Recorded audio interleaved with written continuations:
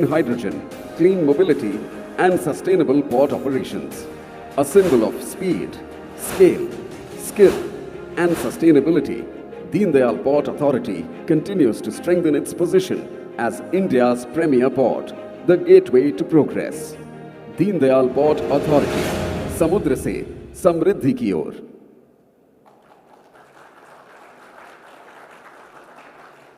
Thank you for that insightful film by Dindal Port Authority. We now have the privilege of hearing from Shri RC Mina, IAS, Principal Secretary, Port and Transport Department, Government of Gujarat. So we kindly invite you to the dais to address the audience. Let's give a big round of applause for sir.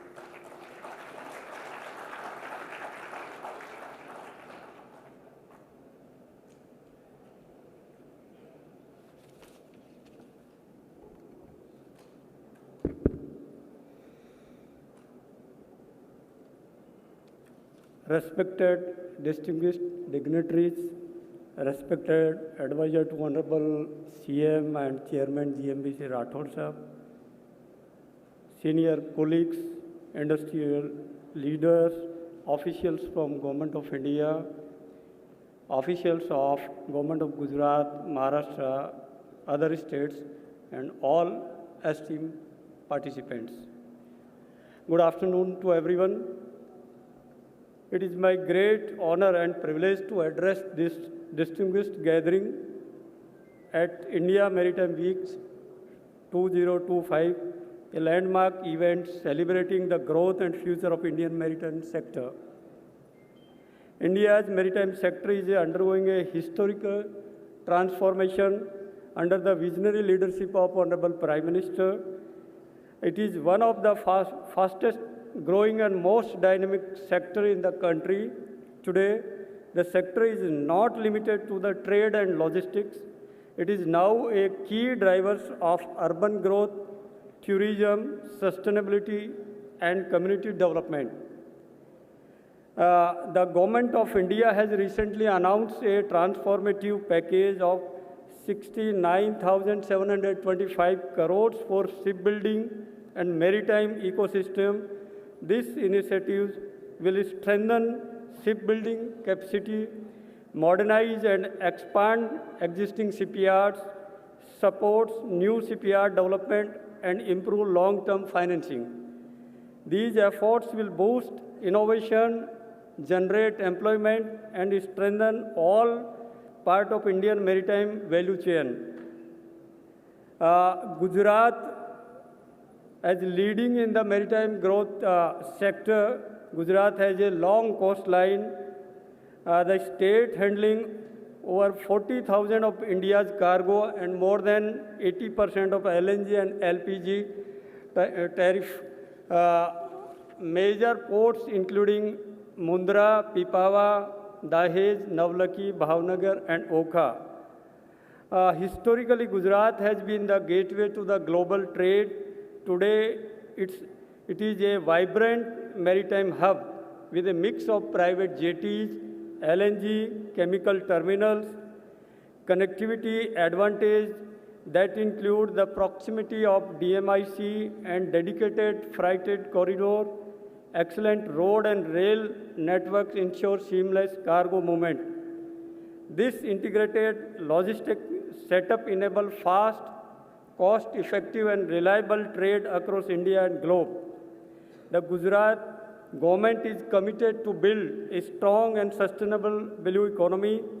We are aligning policies with global trends in technology, sustainability and innovation. Our focus areas include port infrastructure and efficiency, shipping and shipbuilding, ship recycle, and maritime skill and training. Gujarat ports are evolving into smart, digital, and secure trade gateway. The automation and digital tools, we are improving cargo handling and reducing turnaround time. Our aim is to make Gujarat port globally competitive and environmentally responsible.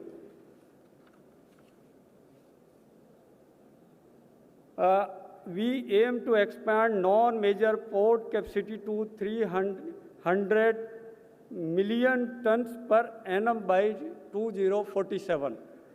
This will contribute significantly to the Indian national goal of 10,000 million MTPA.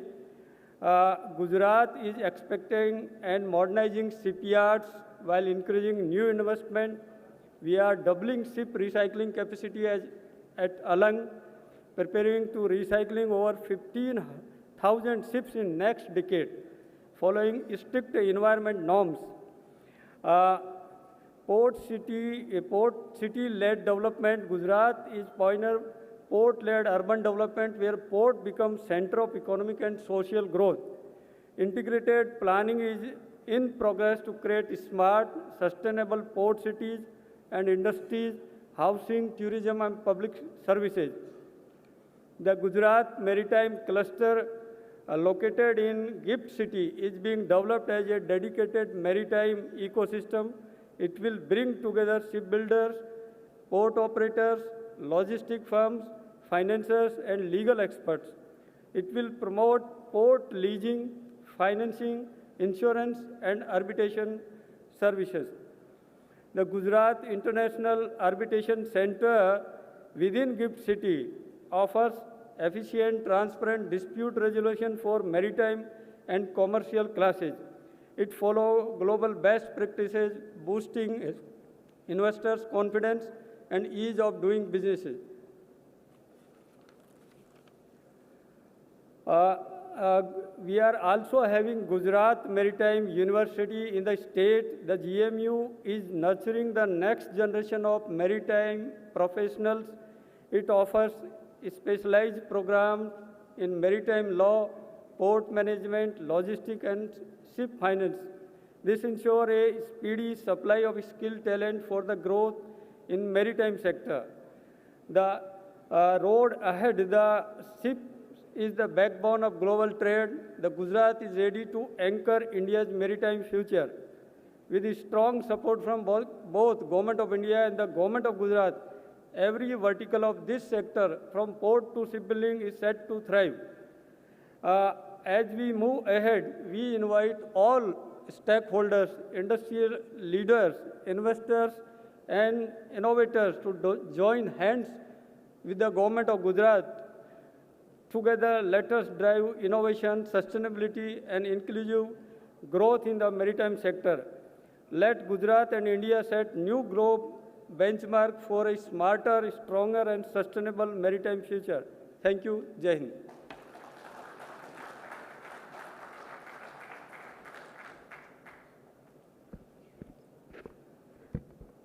Thank you, sir, for your inspiring keynote and for reaffirming Government of Gujarat's commitment to advancing India's maritime excellence.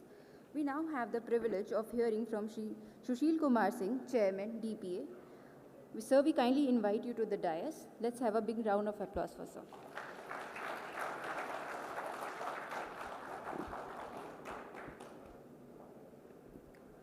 Esteemed panelists on the dais, distinguished guests, friends, ladies and gentlemen. We are here today participating in one of the biggest maritime events of the world. The kind of scale that this event has been organized. And it only shows the focus of this government on development of this sector. The vision of our Honorable Prime Minister is to position maritime sector of this country on the global map as a leader. And when we talk of development in the maritime sector, the state of Gujarat plays a leading role there. A large number of projects related with augmentation of the capacity, modernization of the ports, efforts being made for establishing shipbuilding clusters in the state, efforts to utilize the available land parcels in the waterfront for stimulating the whole maritime sector, be it shipbuilding, be it ship recycling, be it creating smart ports, be it creating the supply chain, an efficient supply chain module or systems. Efforts at the level of state as also the policy reforms and easing out of the regulatory restrictions from the central government. So all these efforts are being made to improve the ease of doing business, index the cost of doing business, and also create an ecosystem or an enabling platform for all the stakeholders in the industries to come over and invest in the state and be a partner in progress for the maritime sector for the country. I'll use this opportunity, this platform, to share some of the projects that we as the Kandla Port are offering to the investors, to the stakeholders. We are working on a development of a new port, a 135 million tons per annum capacity new port, just outside the Kandla Creek. And the estimated cost of that project is around 27,000 crores. Similarly, we are also working on setting up a shipbuilding facility, and the cost estimated for that project is around 17,000 crores. We are working on upgrading the existing infrastructure, the pipelines, the road network, the flyovers, the storage tank infrastructure. Kandla Port is one of the biggest liquid storage tank farm facility of the Asia. So we are trying to augment that capacity. We are trying to put in smart, intelligent modules for predictive analytics kind of a ecosystem where the system-based decisions or informed decisions based on the data which is being captured on real-time basis is taken. The push towards the decarbonization of the maritime sector, as we all know, adoption of greener fuels, cleaner fuels, be it green methanol, be it green ammonia. So that is another driver of the development of the maritime sectors. That will create new supply chains, that will create new opportunities for the stakeholders. The ports have huge amount of land parcels, they have waterfront, which can be offered to the stakeholders, to the industry partners to come up there and set up their industry for production of green methanol, green ammonia. We are trying to structure projects and business models where the industry comes in at Kandla Port, they set up their production plant, and we offer them guarantee or an assured offtake, be it in terms of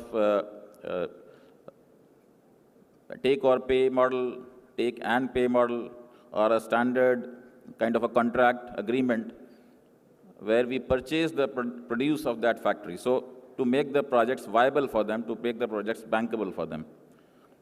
Recently, you must be aware that Government of India has approved a comprehensive package to promote shipbuilding.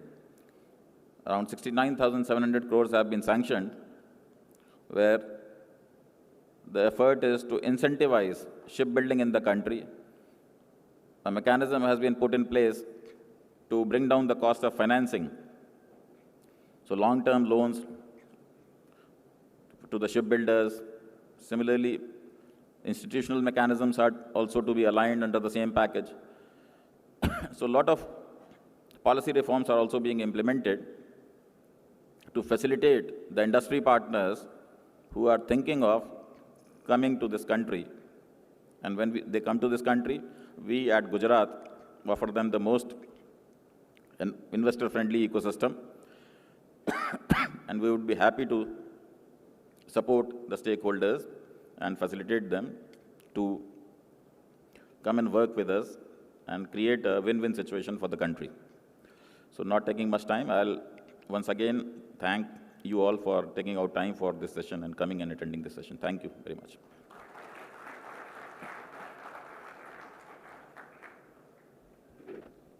Thank you, sir, for addressing the audience and sharing the initiatives by Dindal Port Authority. We now move to an insightful presentation on initiatives taken by Gujarat Maritime Board for Vision 2047 and the emerging investment opportunities in Gujarat. May I invite General Manager Project, Gujarat Maritime Board, to deliver the presentation. Let's have a big round of applause for sir.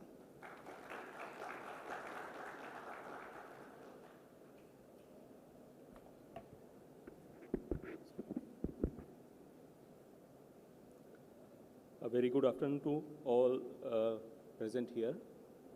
On behalf of State of Gujarat and Gujarat Maritime Board, I extend a warm welcome to each and every one of you. This is a small presentation about Government of Gujarat and GMB's plans for the Vision 2047, Amrit Kal Vision of PM. GMB has always shown exemplary progress in maritime sector, and we are committed to show more such prodigies aligning to visionary leadership and hard work towards Honorable PM's visions of ports to prosperity.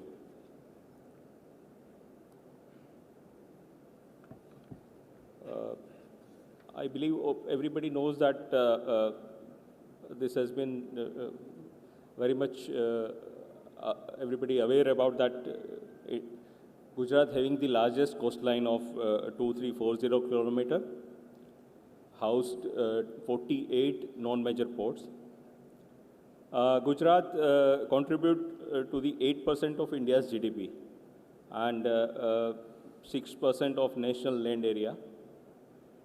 Gujarat houses 200 plus industrial estates in the states, which produces lots of goods for in-house as well as exports both. Gujarat having the strongest connectivity amongst all the states. The Western DFC and DMIC further strengthens its logistic infrastructure, and it will work as nervous system for supply chain management for industries located in the state.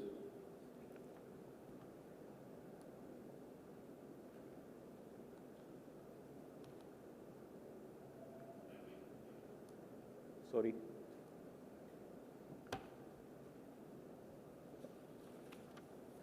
There are a few milestones which are there starting from 1982. Formation of the Gujarat Maritime Board. This was the first maritime board established by any of the government, state government in the country. In the 1983, Alang Ship Recycling Yard has started, which is now second largest in the world. 1996, first private port, Pipavav, operation has started. In the 1999, India's largest grassroots refinery established at Sikka, and they are right now exporting highest POL and the other products related to petroleum.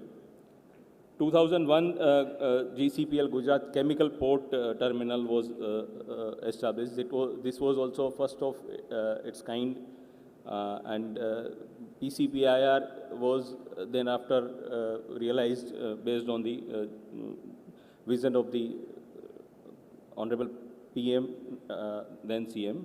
2003, commencement of India's first double-stick container train in the Pipavav has started. This was also railway has done first private company for the railway, and that's how it has started. India's first LNG terminal established in Dahej in 2004. So these are few things which we already have shown. Gujarat Maritime Board has undertaken several proactive measures and achieved multiple industry first in the maritime sector. These are few key milestones that we see.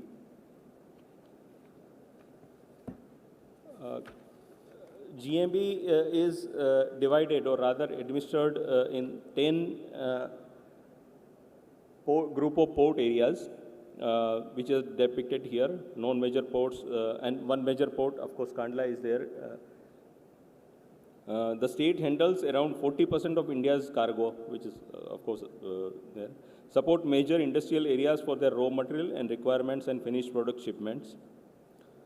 If you see the graph, starting from 89 to 2018-19 to 2024-25, a growth of average 5% to 7% CAGR, it has been there always. Major port growth was 10%. Major port do the cargo 10% of 150 MMTPA. Non-major port do the cargo 30%, that is 488 MMTPA. Capacity of non-major port 263 mmtpa and capacity major port is 263 mmtpa and capacity of non-major port is 598 mmtpa. The major port DPA has a cumulative capacity, as I mentioned, and cargo handled is 150 mmtpa. These are the few details about the policy framework. GMB has been pioneer in formulating proactive and robust policies for the development of the maritime sector on PPP mode. Few key policy interventions include Gujarat Maritime Board Act. The keystone is port policy, which has resulted in first private port in the country in non-major port sector. The boot policy of 97 and bankable model concession agreement, that was one major achievement by government of Gujarat. The ship recycling regulation of 2015 and the dry dock policy of 2025, that has been very recent. The policy initiative have resulted in creating large port capacities and in cargo handling and shipbuilding and recycling areas. The endeavors continued from time to time. This can be seen. Taking further initiative in line with the GMB Vision 2047, there are strategic 5-pillar which has been identified for the achieving the vision of 2047. Capacity expansion of non-major ports to 3,000 mmtpa. Shipbuilding and recycling hub to be established in the state. Details followed in further slides also. Progressive maritime policies, seamless connectivity, and development of maritime soft services ecosystem. The vision focuses on new policy formulation as per new age requirement, capacity expansion, as I mentioned. And then we have considered ports should be connected to the evacuation center, since port are the point of convergence. So we have identified few connectivity projects which will further enhance the capacity of the ports.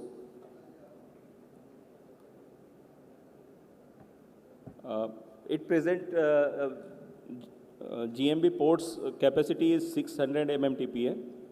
And Government of Gujarat has accorded permissions. The ongoing projects are of 342 million metric ton, which will be added in next 2-3 years. So the total capacity of the Gujarat ports will be around 942 mmtpa.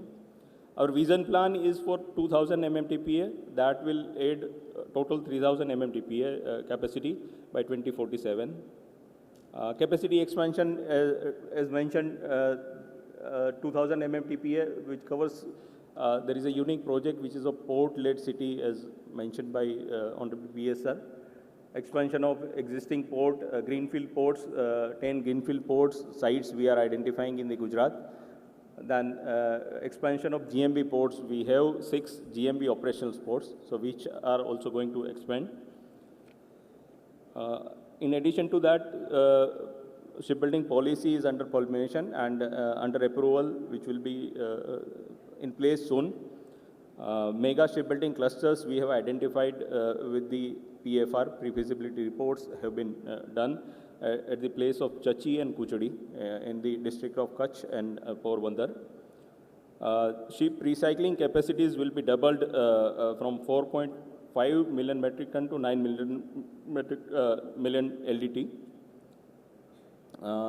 There are 115 HKC plots, and EU certification for all these plots are also under active consideration. Surveys has been done, visits has been completed. Recently, 5 new policies has been approved, and 5 policies are under approval in Government of Gujarat. For the, as I mentioned earlier, connectivity, we have identified total 20 projects. Out of that, 14 projects already under implementation for various ports, which includes private ports as well as GMB ports both. We are also working towards the soft services, education and skilling in the field of Education, we have Gujarat Maritime University, which is unique university, Center of Excellence for Maritime Cluster with IIT Gandhinagar. Overall, this will aid the capacity in the ports, shipyard, and overall soft skills also will be developed in the state of Gujarat. We are committed to that.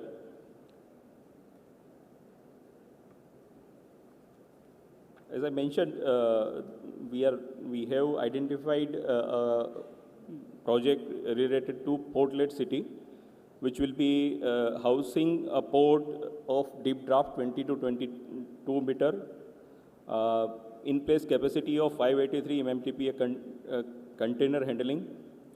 Then we'll be having industrial cluster of 11,000 hectares, around 11,875 hectare clusters nearby that. The location is in southern Gujarat coast. The port city features an integrated economic ecosystem, advanced port facilities with a capacity exceeding 500 mmTPA, along with SEZs, industrial clusters, a shipbuilding hub, and a modern logistics terminal. The port city is also proposed to proximity to the DMIC and Western Dedicated Freight Corridor. So overall logistics evacuation will be easier for the proposed port over there.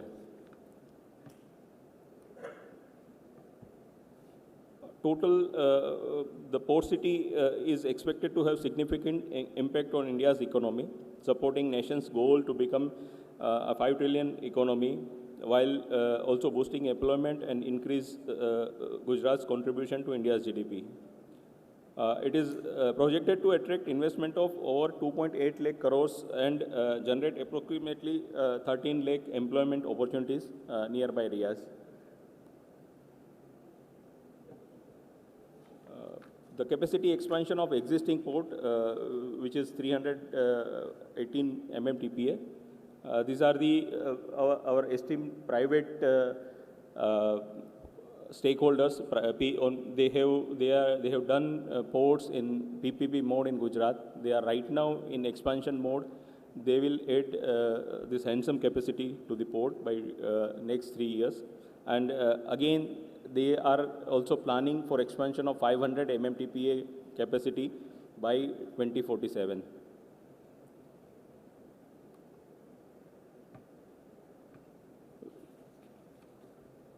We have identified 10 greenfield port sites in these 4 different zones, Zone 1, Zone 2, Zone 3, and Zone 4. Pre-feasibility reports for all these ports are underway. We have already completed for 5 ports. The others are already in pipeline. This will also add around 500 mmTPA capacity to the ports, 10 greenfield ports.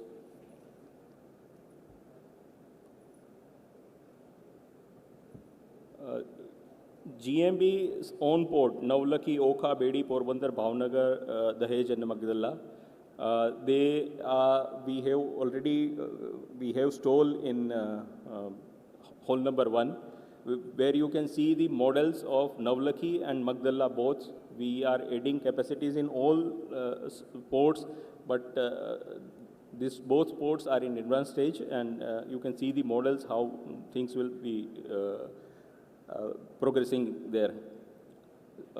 Total 200 mmTPA, as I mentioned, of the capacity to the non-major ports of the Gujarat will be added through GMB ports.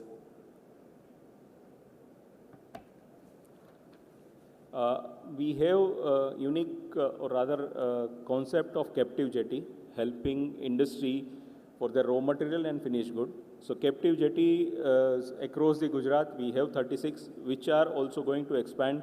Their projects are already on the approval stage for few, and approval has been given to few.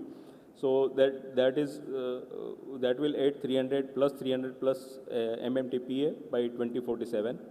And as I mentioned, expansion projects which will add 111 mmTPA, which is under development at present for the captive jetties.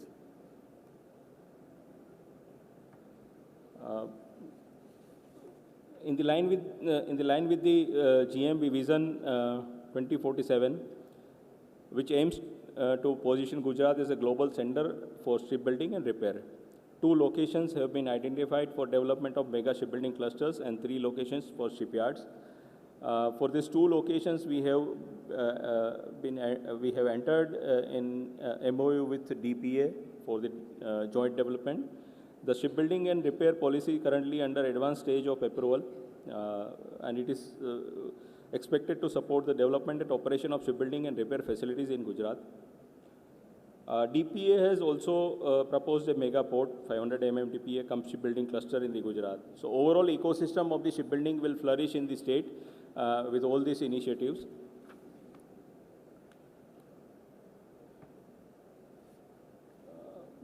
India is leading nation in ship recycling, with Alang contributing for around 98% of country's recycling volume.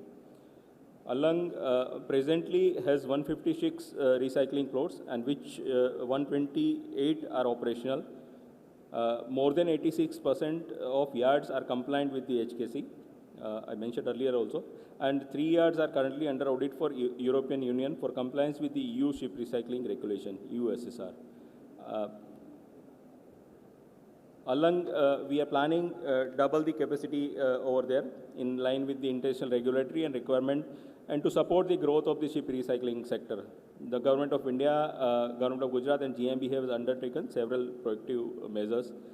This includes financial incentives, policy interventions, and upgradation of the existing hospitals with level 3 trauma center, and upgradation of the TSDF facility to ensure safe and environmental friendly sound management and hazardous materials. Considering the project's rise in the global ship recycling demand, GMB has planned to increase Alang's capacity.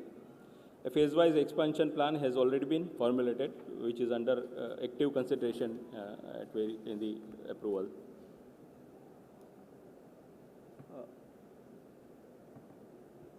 This was also mentioned, 420 road projects identified, 14 under implementation, 5 rail corridors have been identified projects, 3 under implementation.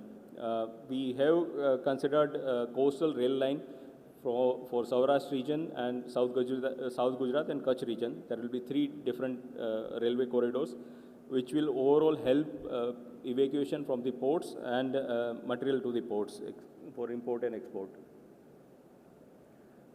These are few initiatives taken by GMB and Government of Gujarat, development of maritime SOPs services. We have Gujarat Maritime Cluster, Gujarat Maritime University, and International Maritime Arbitration Center, which is housed in GIFT City at Gujarat.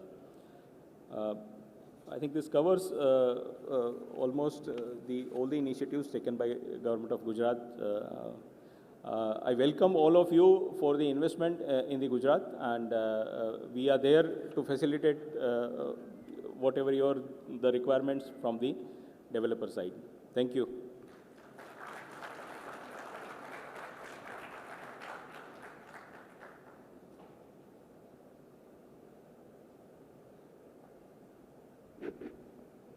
Thank you, sir, for your valuable insights and for outlining the promising future of Gujarat's maritime ecosystem.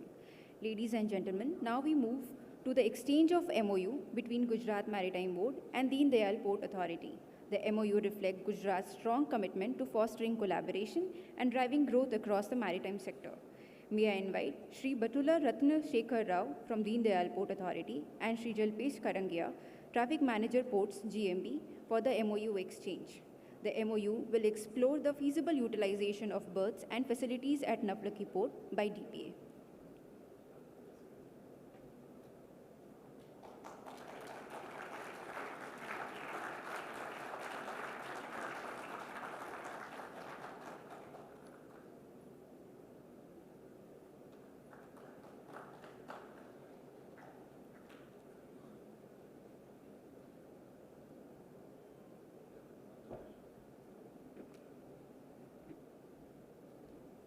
Thank you, sir.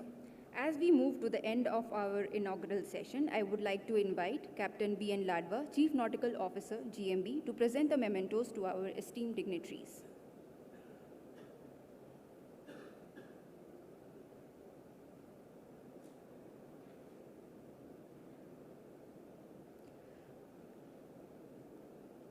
we extend our heartfelt gratitude to Shri S.S. Rathore, Advisor to Honorable Chief Minister and Chairman GMB.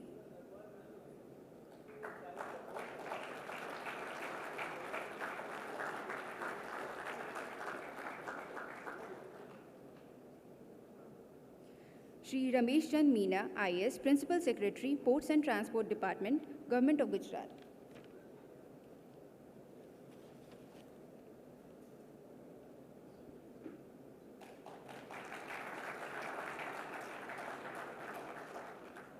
Shri Shushil Kumar Singh, Chairman, Dindal Port Authority.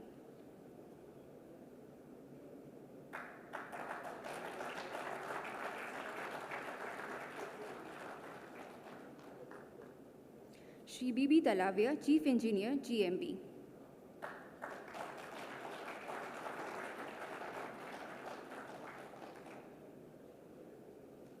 Shri Paras Sangvi, Chief Engineer Surveyor, GMB.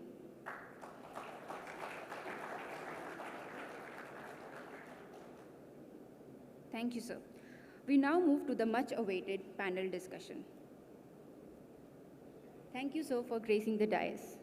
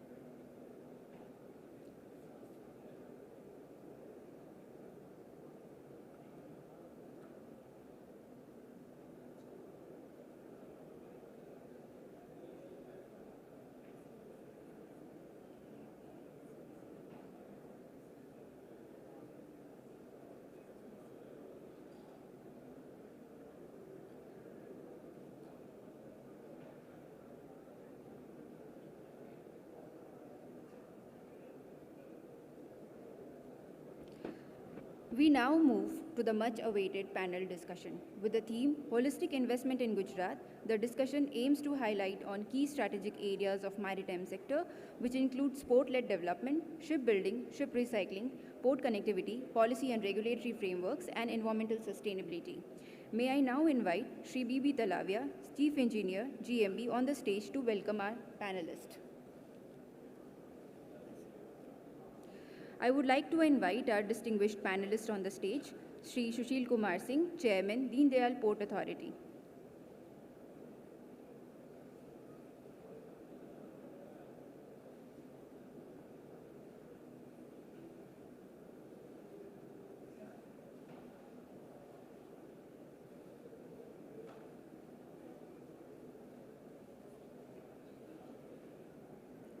I would like to invite Shri Shushil Kumar Singh, Chairman, Dindal Port Authority, on the stage.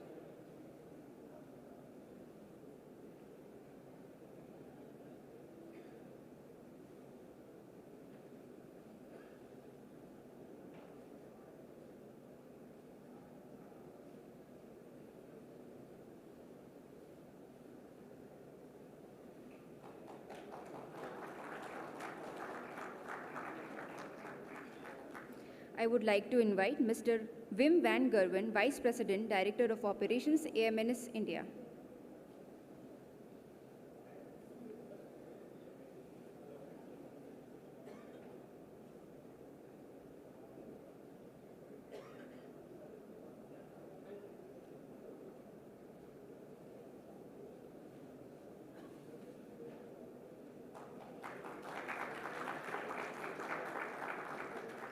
I would like to invite Mr. Pramod Narang, Director, Technical, Petronet LNG.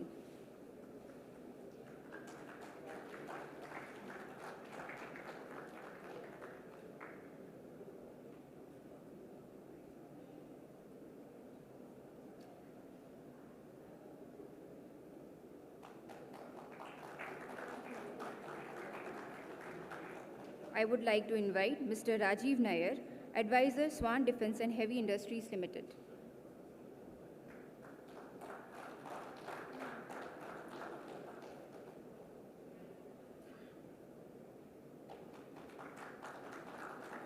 I would like to invite Maurice Jensen, Senior Researcher, Port and Shipping, Erasmus University, Rotterdam.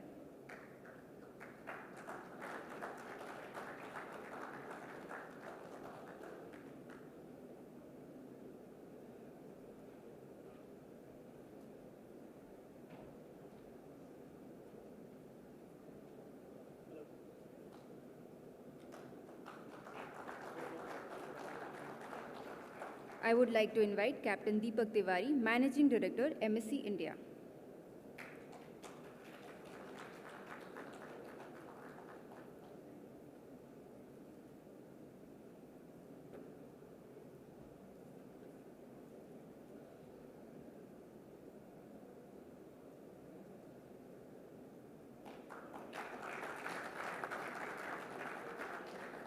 I would like to invite Mr. Shobit Kapoor, Marine Operations Manager, South Asia, West Lloyd Register, Marine and Offshore Services India LLP.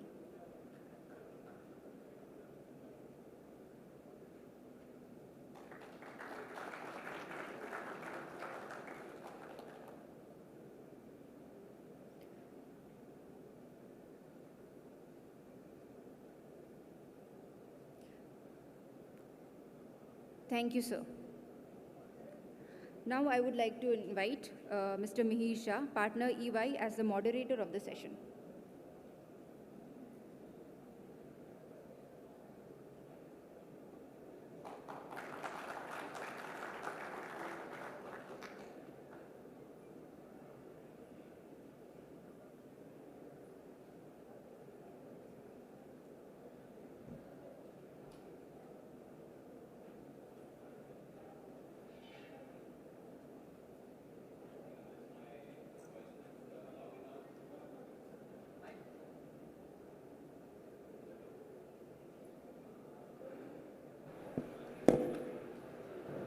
Hello.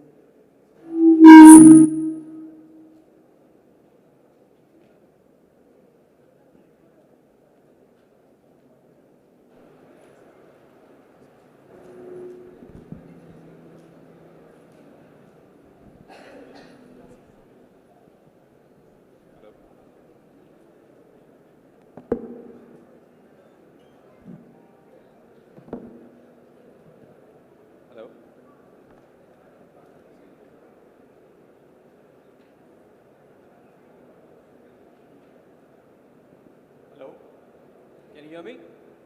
Yes, good. So first of all, very good afternoon to all of you.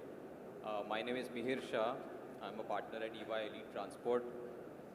I've been moderating this session for GMB in the last event, and my first of all heartfelt gratitude and privilege and thank you for giving the opportunity to moderate such a fantastic panel. I always choose the opportunity because I get to learn a lot, and I'm pretty sure that from the panel that we have today, you will certainly learn significant amount of what's happening in the sector. So we have 60 minutes, and as you can see, we have 7 panel members. So I want to be very sure that we are absolutely close to 60 minutes. So what we have done as a group, we have discussed that we will have 2 questions with a response time of 2 to 3 minutes, so that we are able to close in 60 minutes. We have broadly 4 themes that we will talk about. The first is around shipbuilding, ship repair. The second is going to be around port city, which I think is a fantastic idea that government of Gujarat is doing. The third is around green fuels.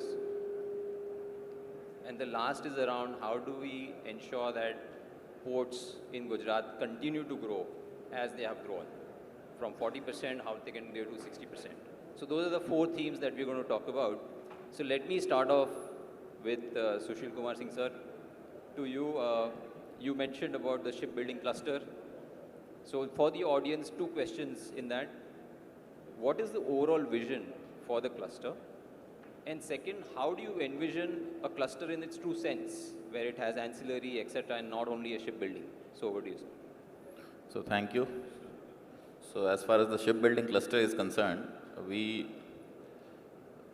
looking at the push that is being given to the shipbuilding industry, and considering that there will be a lot of orders driven out of this decarbonization drive, the maritime decarbonization drive. So what Kandla did was, we have huge amount of what you call huge land parcels available, and a significantly large waterfront available, which is still not used. So we tried to allocate that land parcel, around 6,000 acres of land parcel, along with the waterfront, to the potential capable technology partners who can use that land parcel and waterfront to establish a shipbuilding facility there at Kandla. Now, when we say shipbuilding facility, it includes the kind of project that we had structured was that it includes a shipbuilding yard, it includes a marina, a fisheries harbor, a township, and also land allocated for ancillary units. When we say ancillary units, like units for manufacturing propellers, for pipings, your sheet metal fabrication jobs. So the plan is a comprehensive plan, and we tried to test the market, whether there would be any takers for this kind of a plan.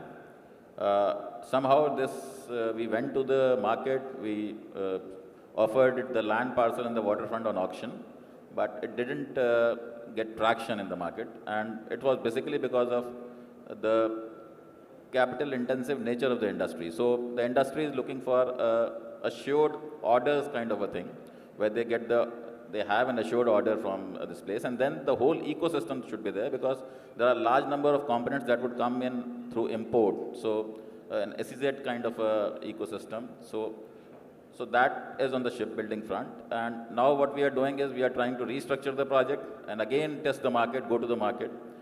This time we are trying to start on a slightly smaller scale, and we are also trying to do it on an EPC basis. When I say EPC, that government will be investing the money, we'll be trying to develop the infrastructure to some scale, and then we would open it up to the technology partners, the potential partners, for which we are engaging consultants. So they'll be doing this job for us.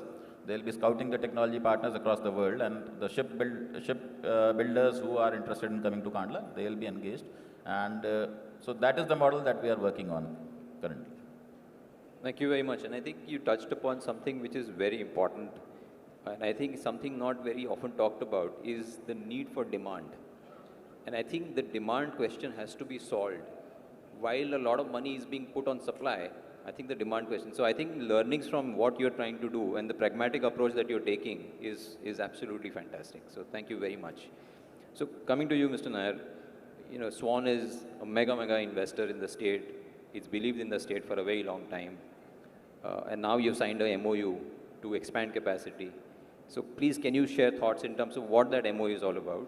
And when can we see actually things hitting ground? Thanks. Good afternoon, and thanks for letting have this platform for share my views. We have signed 3 MOUs. If I can link it somehow to shipbuilding, one primarily focused on efficiency, the second primarily focused on cost effectiveness, and the third capacity building, which I would like to take up with the academic part. So coming to the first two, to me as a shipbuilder, when I approach the client, the 2 critical things which a client is looking for is a timely delivery and a cost-effective delivery. So the first one on capacity expansion is primarily targeted towards that. Swan does have the largest dry dock. In India, it can take a VLCC. It is splittable into 2 parts, but it's primarily still a single launching pad. So if you look at the expansion plan which we have proposed, it covers having a couple of more launching options available. The other major area when you come to outfitting, you want maximum wharfage available. So additional jetties, so you don't waste time when you are doing fabrication, etc. And the third is, of course, in the fabrication and the lifting weights. So if you look at these aspects, the way we want to expand is to increase our weightlifting capabilities as well as our fabrication capabilities. When you combine all this, the efficiency which comes in, and of course another key critical factor would be the depth of water available. So dredging is the other major thing, and I'm not talking of once capital dredging, but the continuous maintenance dredging one has to ensure throughputs. So if these efficiencies are built further into the yard, besides its existing infrastructure as the largest private shipyard which we have, it can ensure that you have much more output available from the same yard and being a brownfield, not at that expense as starting a greenfield yard. And the other aspect, the other leg, cost, Sir talked about the cluster. That's where the cost component is a major thing. If we get everything from outside and the yard is simply fabricating and assembling, the cost effectiveness really does not kick in. One does require to have that cluster concept around those ancillary industries built around. Pleased to advise you that we are in advanced discussions with at least 2 very major clients who are willing to look at it. And for us, what is important is not only setting it up as a unit where they come in with their knowledge, but also over a period of time have a transfer of technology take place, so that it becomes a sort of progressive steps towards Atmanirbharta, our indigenous production. Let it be propellers, let it be other units in accommodation, the fittings, etc. Everything, if it is surrounding the yard, it gives that assured market, because the yard is itself a user for that. Second, it becomes an export for the other Indian shipyards as well. So that's the vision with which we are moving towards this cluster. And as to your query on how we see this, it is something which we have started, as I said already. We are in advanced discussions for these cluster concepts. As far as augmentation of yard facilities, we have added more than 20,000 tons of our fabrication capability to our existing capability. We have putting in 2 ELLs very shortly at a rough cost of, I think, close to about 100 crores before the next financial year. We have gone in for submerged welding line. We have gone in for plate rolling facility out there. And we are also taking some pipe profile cutting advanced lines into things, so that our efficiency also increases while we take on the IC as a huge potential for doing domestic shipbuilding in India. Thank you. Perfect. Thank you very much. And I think, from a state perspective, and again, I want to draw this differentiation that shipbuilding and ship repair obviously has many Government of India linked elements, but there is a lot that state can do to ensure that the logistics efficiency, the dredging part, there's really a lot of role that the state can play to ensure that investments that you're trying to make are as efficient as possible. So thank you very much for that. So let me go to Shobit. I'll just share my mic. I think I always believed that while we add capacity, it's extremely important to add capability. There's a very big difference between the two. Because if we have capacity but don't have capability, that capacity cannot be utilized. And I think that's probably a unique element that is true for every infrastructure sector today in India. As far as shipbuilding, Shobit, I think that, and I've heard you, is an excellent, eloquent speaker on this subject, many opportunities that can be there. So in your views, ship design, alternate fuel handling, what is the opportunity from a capacity and a capability perspective? Good afternoon, everyone. Am I audible? Good afternoon, everyone. First of all, thanks for inviting me for this interesting session. If we see the current situation, globally India is less than 1%, I am being polite, of the total world shipbuilding market. In ship repairs, we are also less than 1%. So the good part is there is a scope for growth. Why this sector is important? This sector is essential because the amount of workforce which goes into making a ship. Compare this with a car. A car, it takes 23 hours to produce. It has got 3,000 components. A ship has got, for example, an aircraft carrier produced by Cochin Shipyard. They have got 2 million components. A passenger ship has 900,000 components. To combine them, we require 9 million hours of work hours. See the kind of man force which can come into this sector. And for one person working in a shipyard, we get employment for 6 people in ancillary industries. It is a very essential industry to be in, especially to give employments.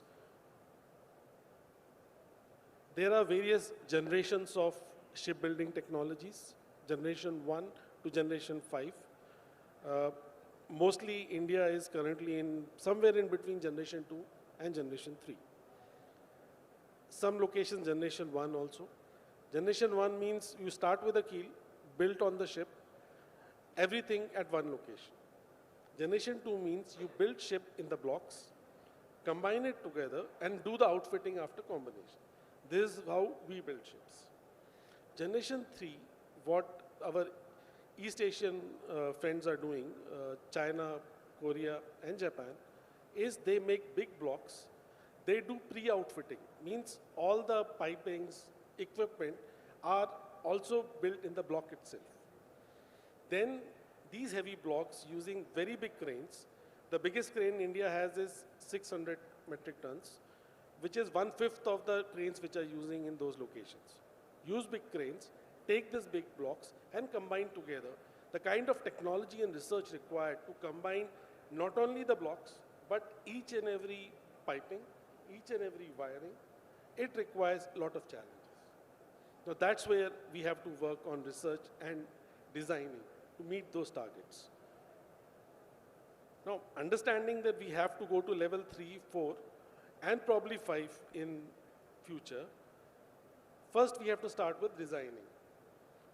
The designing of the ships, normally in classical way, or currently we are also doing it, is a spiral design concept, which is we are doing things step by step. We don't have time, otherwise I could have explained 12, 13 steps which are involved in this. But from that concept of doing first step, second step, third step, we have to move towards a concurrent design. Parallelly, things are working together. Somebody is looking, naval architect has created a 3D model in a central location database. Now, currently what happens is that somebody wants to make small changes, so many documents need to be changes. Now we want to have one source of truth, everybody working together. This way we can reduce time for designing by 30 to 50%, and accuracy of designing also improves drastically. So we need more and more design firms. We have 40 plus design firms currently working in India, but we are not doing the best of the works. We need to design bigger ships, bulk carriers, LNG ships.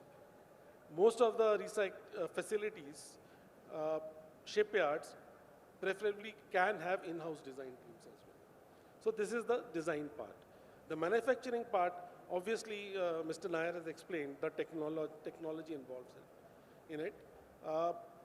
Additionally, I would like to add that we need to have CNC machines, which cuts automatically. We need automatic welding technologies, which includes even robotics. So those are the things we can work on manufacturing.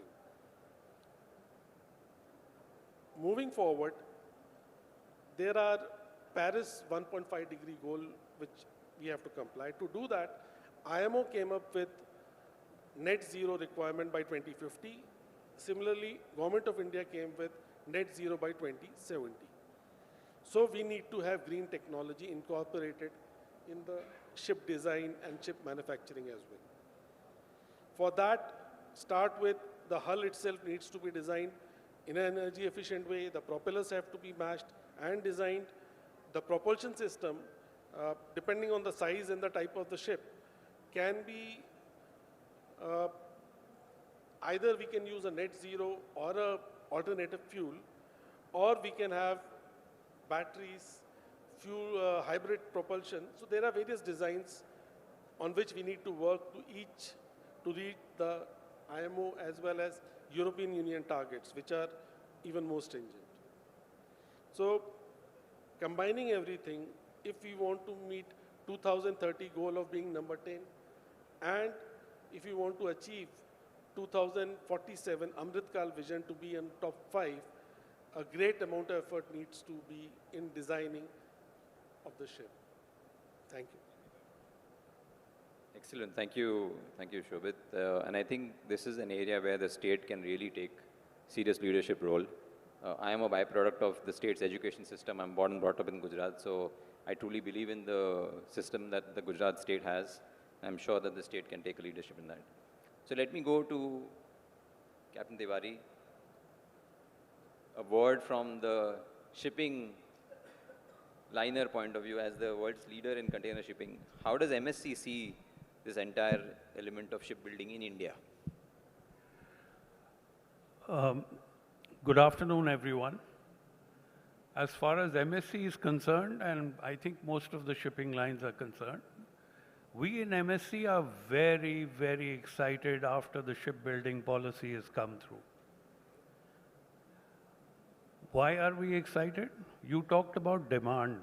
Where does the demand come from? It comes from us. Okay? Just MSC itself. As on today, we have over 160 ships in building in shipyards. 160 as we speak today. You can imagine the kind of demand we can create in one shot. In addition to that, not only shipbuilding, talk about dry docking, ship repair. I do not know whether the audience is aware that we do not have sufficient shipbuilding yards in the world. They're not sufficient. Today you go to a yard in South Korea or in China or even in Japan, and you ask them, you said, you know, I want to order a ship and I want a delivery next year. They say, you come after 2 years and then we'll talk to you.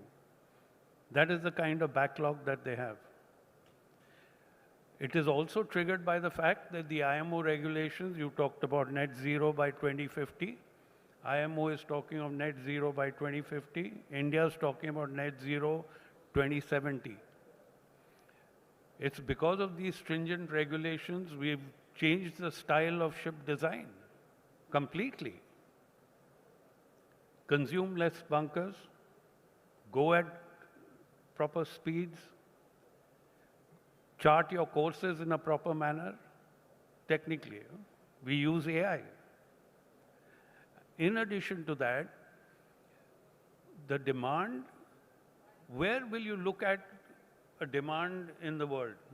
You look at India. You have a workforce, the age factor is 28, little over 28, few months over 28. I mean, this is the time to be in India. This is the time to create shipbuilding and ship repair and dry docking in India. And if India can do it, I'm sure we can do it much cheaper than even China can do it. We have the brains, we have the capability, we have the people. So there's nothing holding us back at this point of time. Another thing I'd like to say is that we have to also consolidate and ensure that with the shipbuilding, as what my previous panelists have clearly and very lucidly mentioned, along with that, you have to have a ship breaking and recycling setup. And when I say ship breaking and recycling, I mean that you just don't break a ship like what is being done today in Alang, okay? And who buys it? The person is a merchant. He's going to sell the scrap and the parts of the ship in a scrap market. Why do that? Why is not the steel industry near Alang today? I checked with two of the major steel manufacturers in India and asked them, can you recycle a ship? He says, of course we can. You have the technology? He says, yes. You tell us how many ships you want us to recycle. We'll give you back the steel because you have very high quality steel on board ships. So with that high quality steel, he says, you tell us how much you want to do. And with that steel, you make a new ship.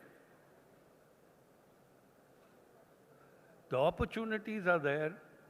We have to be one step ahead of this opportunity. Let me assure you and assure the government of Gujarat, we will give you the demand. You create, sir. You give us an opportunity. You want us to partner with you, we will partner with you. We are worried about ship design. We will give you 20 different types of ship designs which Imagine the amount of designs we have. Why? Because we are ordering the ship. And it goes as per the design that we order it on. So, do you want me to continue? No, I think you have very well, underlined the demand part of it. And I think I don't think the state could get a better backing of one of the largest liners ever with logic. And I think, thank you very much, Captain Tiwari, for a fantastic, summary of what you can drive and what you can power.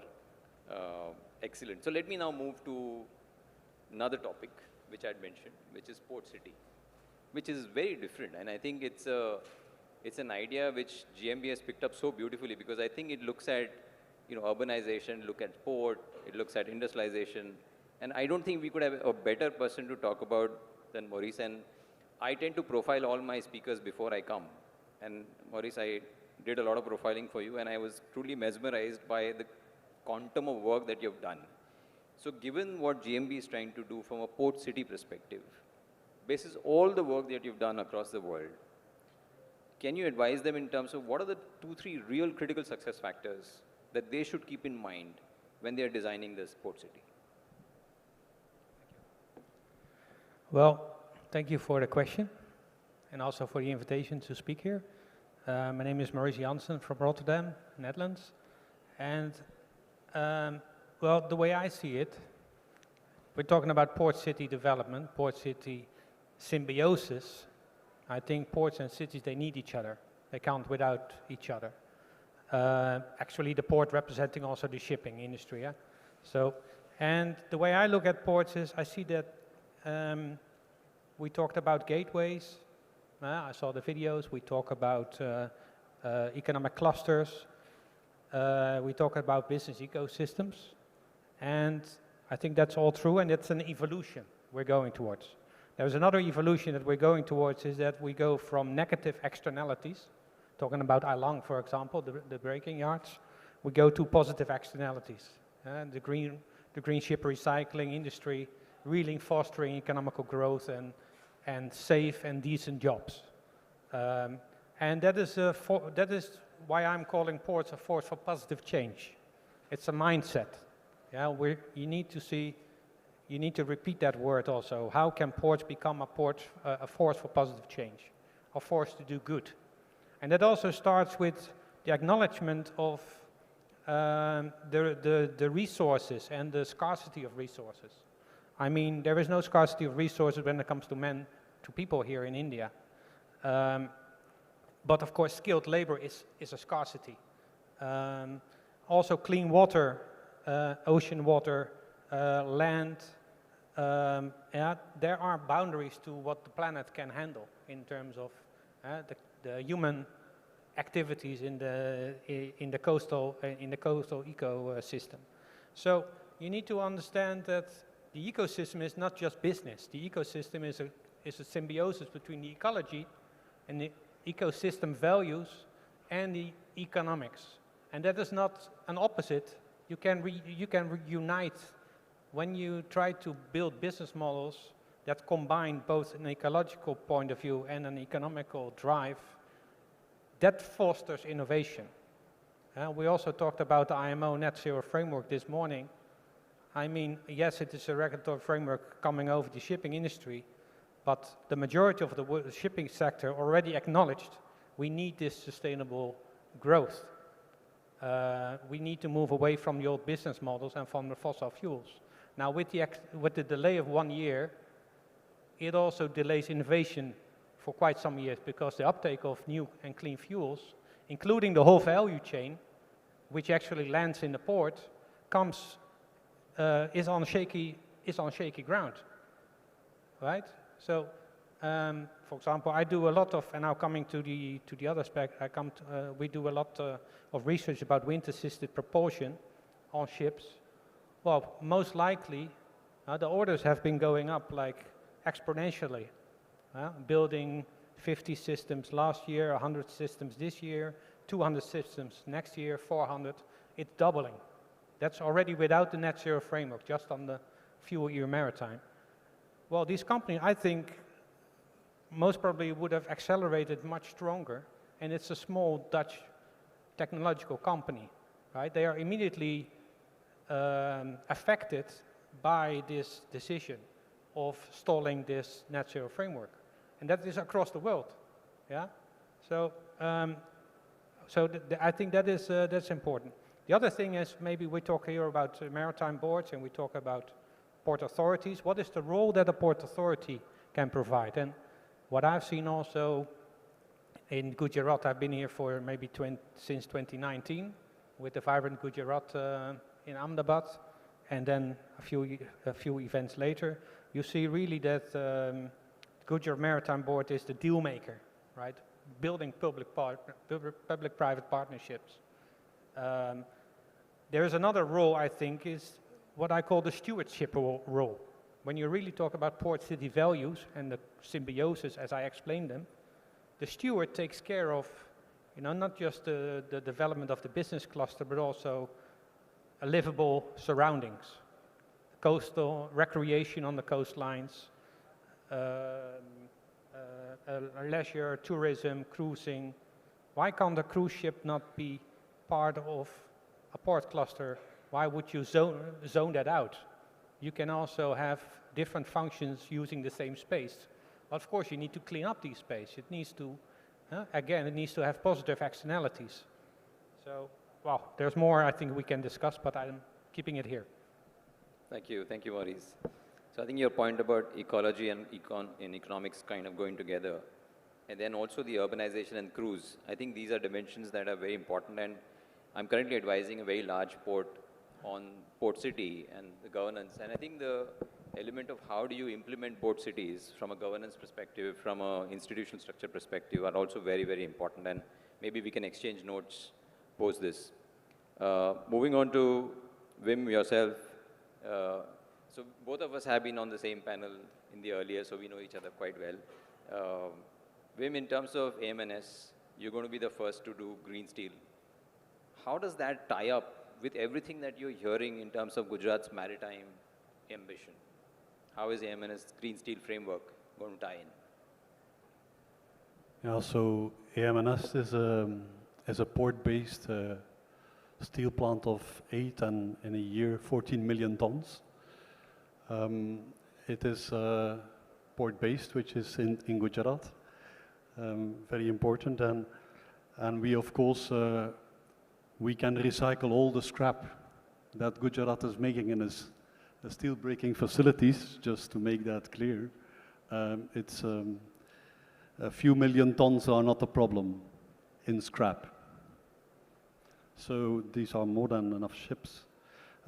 So I think that the Gujarat expansion in the ports is basically, and the shipyards and all the shipbuilding and the ship breaking will drive steel consumption. And then you can ask, yeah, what kind of steel we would do? Will we go to green steel? Because whatever its definition is,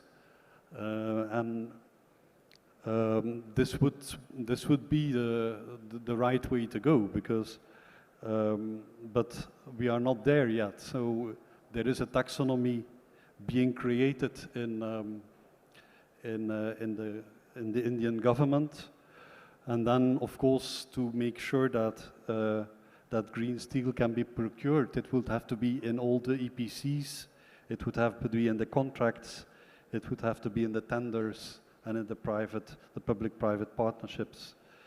So this could then propel Gujarat also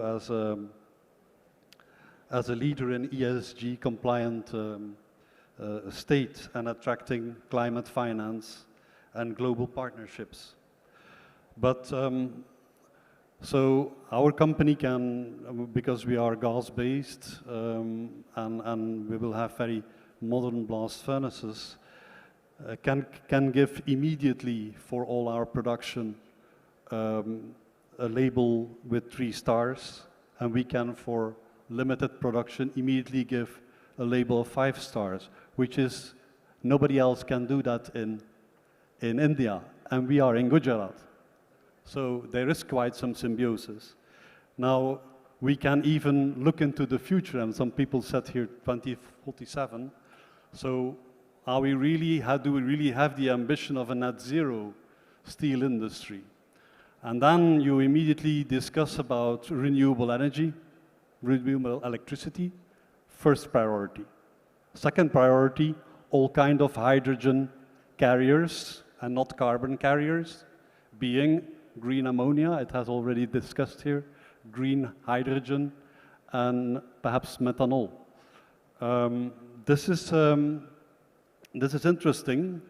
For us, 1 million ton is about 84,000 tons of hydrogen at 100% yield, but you only have 50% yield. So we can immediately 30% of our production we can make with hydrogen, or with, I would say, adding hydrogen to our existing gas-based facilities. But there is no supply chain. We cannot get physically on the market 300,000 tons or 400,000 tons of hydrogen, not in Gujarat. So steel industry in Gujarat could drive this development very hard, because we are an almost illimited consumer with regard to green technology. And there is only one caveat here, or one problem. The steel that will be green will be, I think, double as expensive as the current one. So the green premium is quite an issue. But all these things go, building a supply chain, building the equipment, this is all very long term. And the biggest problem we have is to come together with our customers and with our stakeholders to make sure that we can develop that. We are ready to do that. Technology is there, but the commitments on the, I would say, on the buyer sides are absolutely not there. We are far away from that, and that's also the reason why it doesn't happen. Thank you. Thank you very much. So I think we are seeing, various parts of the stakeholder ecosystem really coming out and saying that, look, I'm ready, bring me the demand or bring me the supply or the supply chain or the consumers of the steel. So I think we are getting really good perspective from every single member, be it the shipping line or the steel producer or the shipyard itself, or somebody like Shobit and myself who sit on the side and look at how things are moving. Finally, Mr. Narang, to you, in terms of Petronet LNG, how do you see this transition of green and blue energy playing out, and what is the role that Petronet wants to play?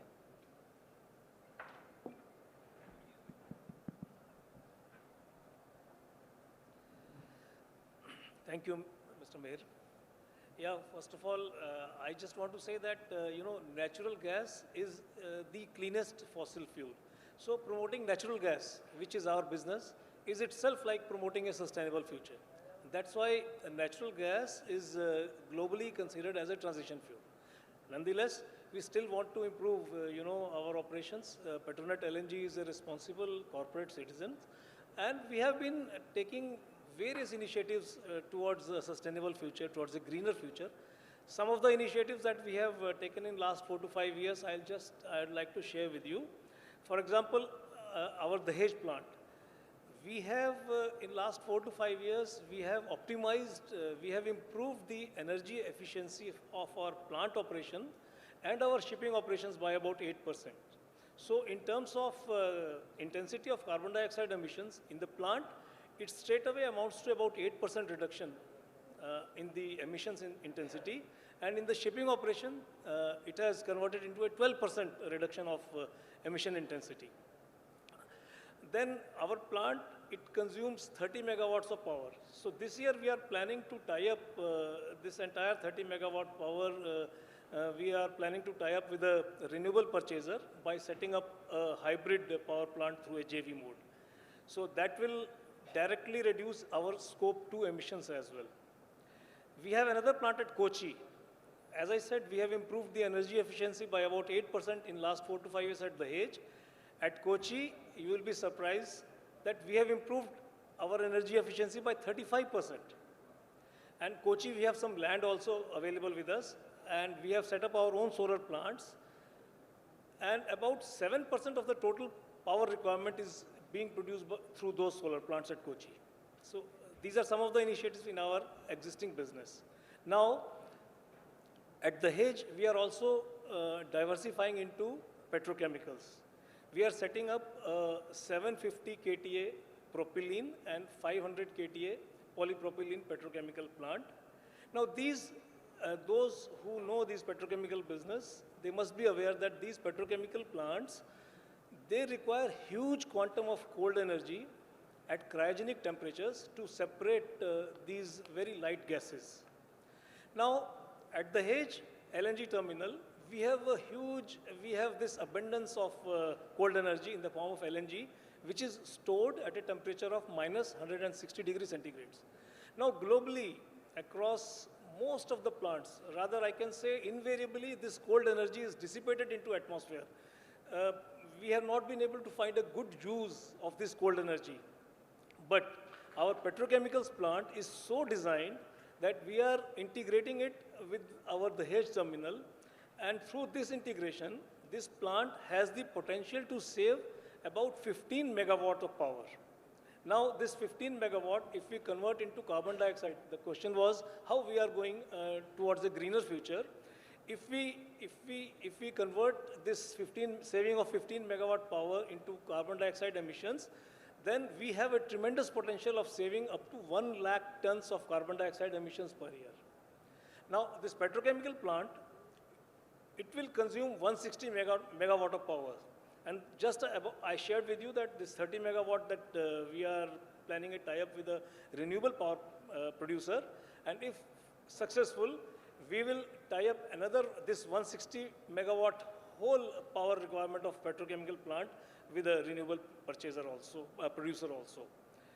And all these things we have captured in our roadmap to net zero of scope 1 and scope 2 emissions, and that we are planning to achieve our net zero by 2040, way ahead of our country's target of achieving the same by 2070.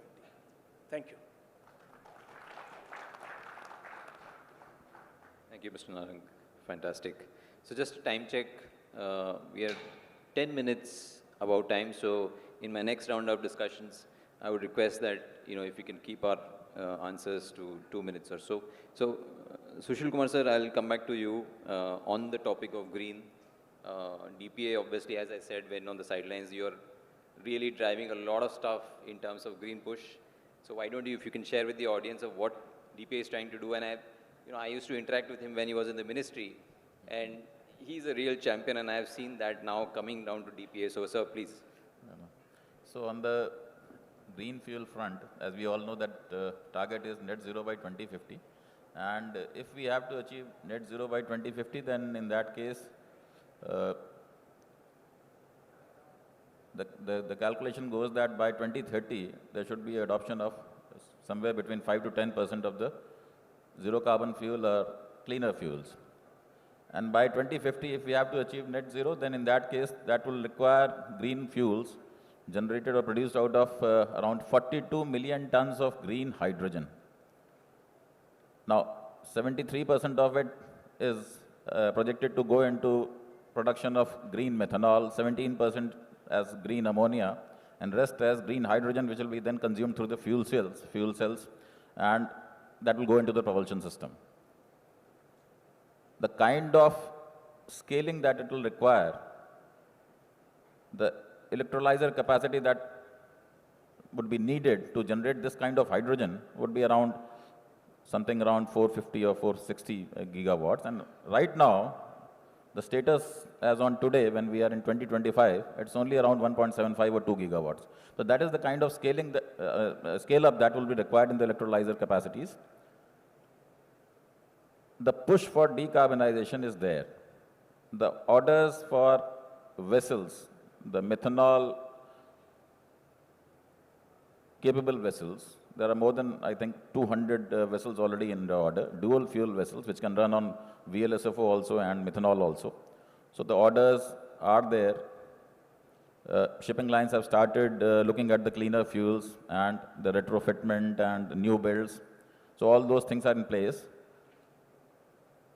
This deferment of this net zero framework adoption by IMO by 1 year, that is a slight setback. But then in that case, this cannot be avoided, and adoption of cleaner and greener fuels is going to happen. The regulatory frameworks that have been put in place in European Union, like Fuel EU Maritime, EU ETS, so these are again driving this transition to the cleaner fuels. Kandla is one of the ports which has been declared by Government of India as a green hydrogen hub. There we have engaged with the industry partners, big industry majors are coming up there, and they are going to set up green ammonia production facility there. And the target is that they will be producing around 5.6 million tons per annum of green ammonia by 2031, 2032. So that is the target that they have set up for themselves. We, as a Kandla port, are trying to engage with the industry partners and invite them to come up at Kandla and set up around e-methanol, a renewable methanol production facility of the capacity of around 1,50,000, that is 150 KTPA capacity e-methanol, renewable methanol. And since the viability of the project, from the discussions which we have had with the industry partners, it seems that the viability and the bankability of the project as on date, because of lack of demand again, the issue of affordability, availability and acceptability, when we transit from fossil fuel to the cleaner fuels, the cost differential, the availability, guaranteed availability of the fuel, and also the standards which are being followed across for defining green fuels. So these issues are somehow limiting or constraining the demand generation side of it. And therefore, we at Kandla Port, just to encourage and provide that push from the government side, we are trying to enter into a kind of an agreement, offer a kind of an agreement where Kandla Port buys the product. It's take or pay kind of an arrangement, a long-term arrangement for say 15 years with a price review clause somewhere around 7 years or 8 years. So We are inviting industry partners to come up there, set up around 150 KTPA e-methanol production facility. The production from the plant will be taken up by Kandla Port, the Dindal Port Authority on an assured basis. The pricing methodology is one thing where we are working on. So, and the idea is to provide methanol as a bunker to the ships which would be plying between Rotterdam and Singapore. Since the energy density of methanol is half that of VLSFO or the fossil fuel, so we expect that the frequency of fueling will go up on that route, and therefore we are trying to position ourselves on the corridor as a bunker supplier port. So this is the overall activity that we are working on. And so we are working on green ammonia, we are working on e-methanol.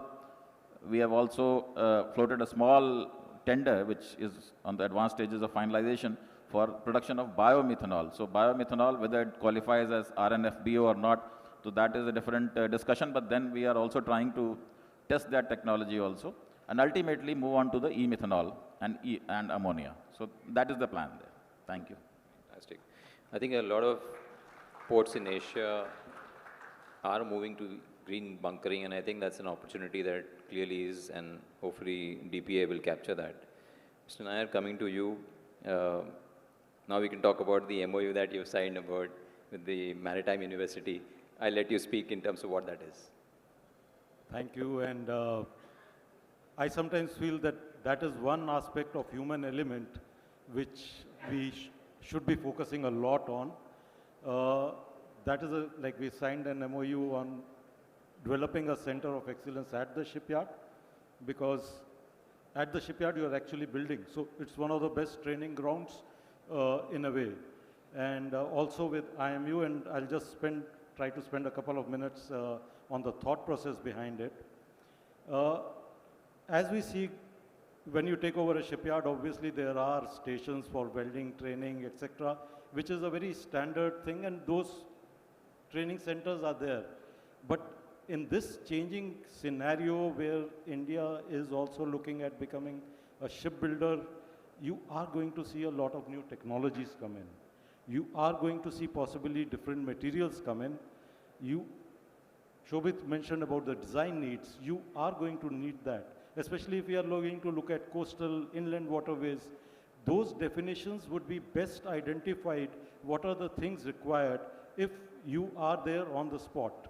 It would not be able to, one would not be able to simply take in ideas which are existing elsewhere. You can take in best practices, but finally you have to make them suitable for our things. Therefore, it is essential on the learning part to stay ahead of the curve, and that is what we are trying to do in this center.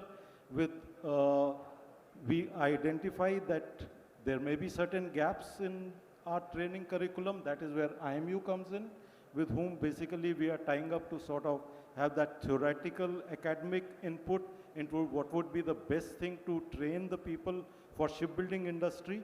And I emphasize the word industry. It is not for one shipyard, but these people should be such that they have a marketability all over, irrespective of the place.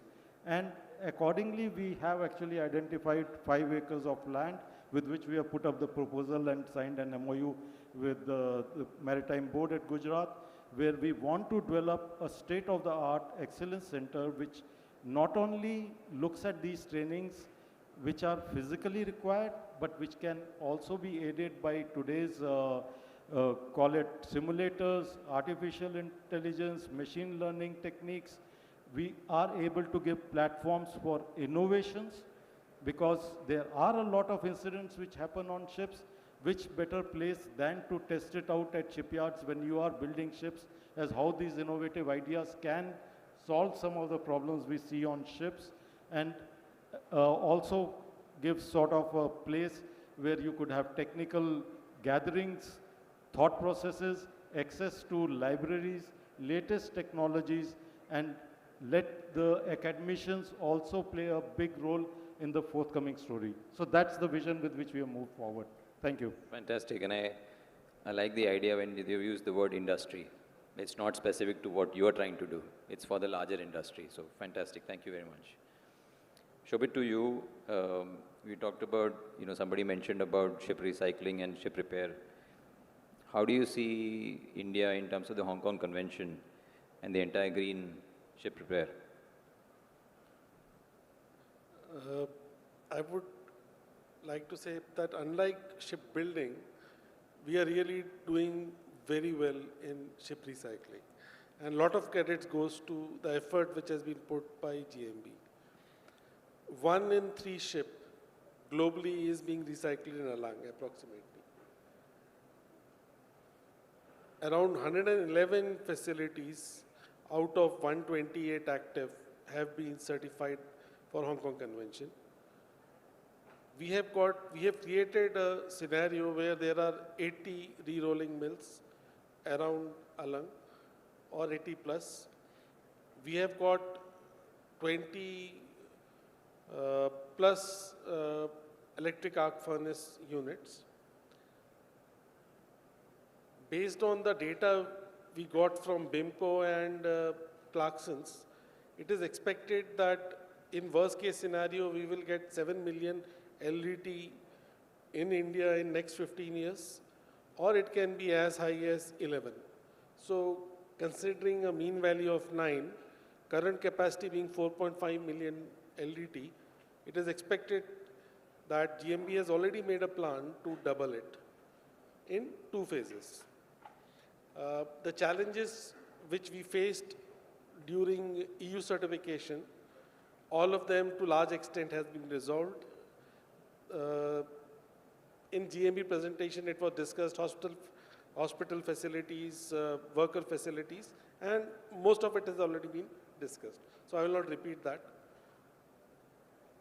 Now, how do we become number 1? We cannot be satisfied with number 2 after all. So first thing is, instead of 3 facilities, most of them are, by the way, certified by LR, getting a EU certification, why not as many as possible? We are designing new facilities in expansion scheme to meet EU requirements. So obviously, let's hope that we get more and more facilities certifying EU, so we go into a niche market where our competitors are not there. Second thing what we can do is, why Bangladesh occasionally does better is they offer better rates. So we, instead of playing on the cost part, we can increase value of our product. And a lot has been spoken about green steel. What ship owners, designers, class society can do is, we can have a concept like a material passport, where end to end, from the design stage to the finally when vessel reaches Alang, a traceability of material is given. That will help steel manufacturers in producing green steel.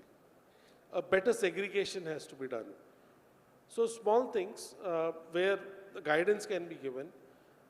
We can even think of a digital platform where whatever is coming out of recycling facilities, equipments, that can be sold to wider shipping community. There are 4 R's for circular economy. We can reuse a lot of things. So the next thing what we can do is, many very large container ships will require very deep drafts. So in future expansion, we need to cater for whether these big container ships, are we able to get it at the recycling facility. So that needs to be considered, the current draft levels. We can look into advanced technologies in recycling, high-speed jet, the kind of winches we are using, like Turkey, we can look for hydraulic mechanisms to do it, because we, in next 10 to 15 years, we may have to pull really big ships, VLCCs. Tanker is relatively easy to pull, but very large container ships, we have to have the system designed to take those kind of vessels. Thank you. Thank you very much. Thank you. I like the idea of passport, material passport. I think traceability, it's a very good idea. Excellent. Thank you. Captain Diwari, to you. You saw the presentation of GMB, 40%, 3,000 million metric tons target. How is MSC positioning itself? I know you talked about demand in terms of the shipbuilding part. I think we've positioned ourselves. It's not a question of planning. Mundra, we have our own terminal, and we use Hazira very extensively. I think between the two, we do nearly 1 million TEUs of export and import, and an equivalent million of transshipment cargo in Gujarat. And thanks to the GMB and the infrastructure of Gujarat ports, it allows us to do that. We're already doing it. Moment the Indian export and import cargo increases, which it is doing organically, as it increases, we are ready to put in the bigger ships as well. You will see on a regular basis ships of over 20,000 TEU capacity coming into India, both in Mundra, not so in Hazira because of the draft constraint, but in Visingham, for instance. We have brought the biggest ships, 24,000 plus, on a regular basis. They're coming in even today. So we are there. And we will grow with the GMB. We'll grow with Gujarat. I think, you know, all of you have applauded each member, but I think we need to applaud GMB for what you have done and what you have achieved so far. So big round of applause for GMB. For a key global player to say this, it's no joke. So I think credit to GMB, and thank you for recognizing that. I think that it's really nice of you to recognize what GMB is doing, and thank you for giving that insight. Maurice, coming to you, I read in one of your articles about port cities becoming epicenters of innovation. Can you talk about that, please? Yes. Yes, and ports as an innovation ecosystem. I can see that very clearly appearing and developing in Gujarat. We've been talking with Gujarat Maritime Board, I think already since 2014, way before the Maritime University got inaugurated, and also saw the developments of Gift City. So again, you see this evolution. But I've been working now for 25 years in maritime education, and what I like about it, the regeneration of young people, students. I mean, I'm always surrounded with young people because they keep the same age. If you look at your own children, of course, you see them grow up. For me, I see that also that's a powerful force again, right? This is the force of the future. And we need to nurture this force of the future, and especially the seafarers. Because the seafarers, they come, of course, they come with lots of experience, which is vital. I'm sitting here next to a captain, which is vital to run the maritime companies, the shipping companies, and make the right decisions on where to build, and where to scrap, of course, and where to bunker. All the decisions that are made here, which were discussed. You know, there is no better people than the seafarers to understand how the business is running. And that's why I think the fostering of these people, but also give them the opportunity to choose their own careers. Some end up as traders, some go into the broking, some go into becoming cash buyers and looking into green ship recycling. So that also means how do you build career paths for these people? Yeah, so that indeed one who is interested in banking or insurance can use its knowledge for that specific profession. And that's why I think the concept of connecting Gift City with the Maritime University and the port and maritime cluster on the coastline is absolutely vital. And again, then also the metro system that connects. Again, also it means connectivity to move people around the state, to make it also possible to commute to your work. Now, these are all elements. And the last thing I think I would like to mention is that where does this innovation take place? Usually it takes place in what we call incubator centers or startup centers. where education, business, startups, they meet each other. And you need to do a lot of placemaking there. I give you one example. I've been involved in the port of Scheveningen, which is actually the city of The Hague, residents of the government in the Netherlands. And they are right on the coastline, and their campus is called Campus at Sea. Yeah, so there is quite a lot of young entrepreneurs. And what do they do at the end of the day? They go surfing.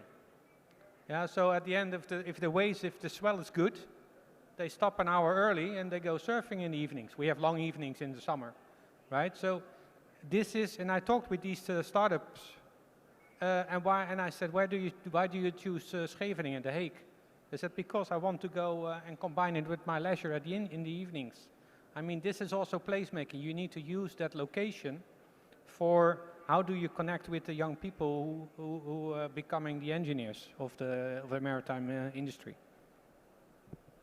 Thank you, Maurice. I think your idea about linking gift, I think the cluster is already there. So I think the gift idea is already weaved into GMB. They've already been thought about it, but I think good ideas about innovation. Wim, over to you. AMNS has got the license for the steel slags, which is now being used for road construction, is what I understand. How do you see that linkage at scale? How can AMNS really contribute to not only roads, but also maritime?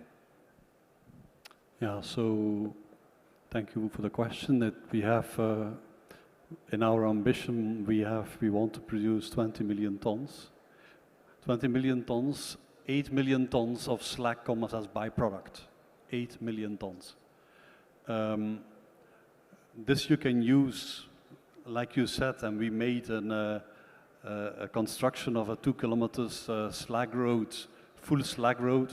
This road is fantastic. It's indestructible. It's based by byproducts, basically EAF slag and blast furnace slag.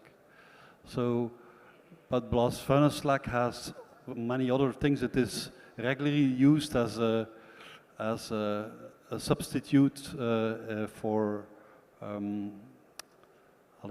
limestone that you have to burn, but blast furnace slag you don't have to burn. So it is a CO2 friendly alternative you find back in Portland cement.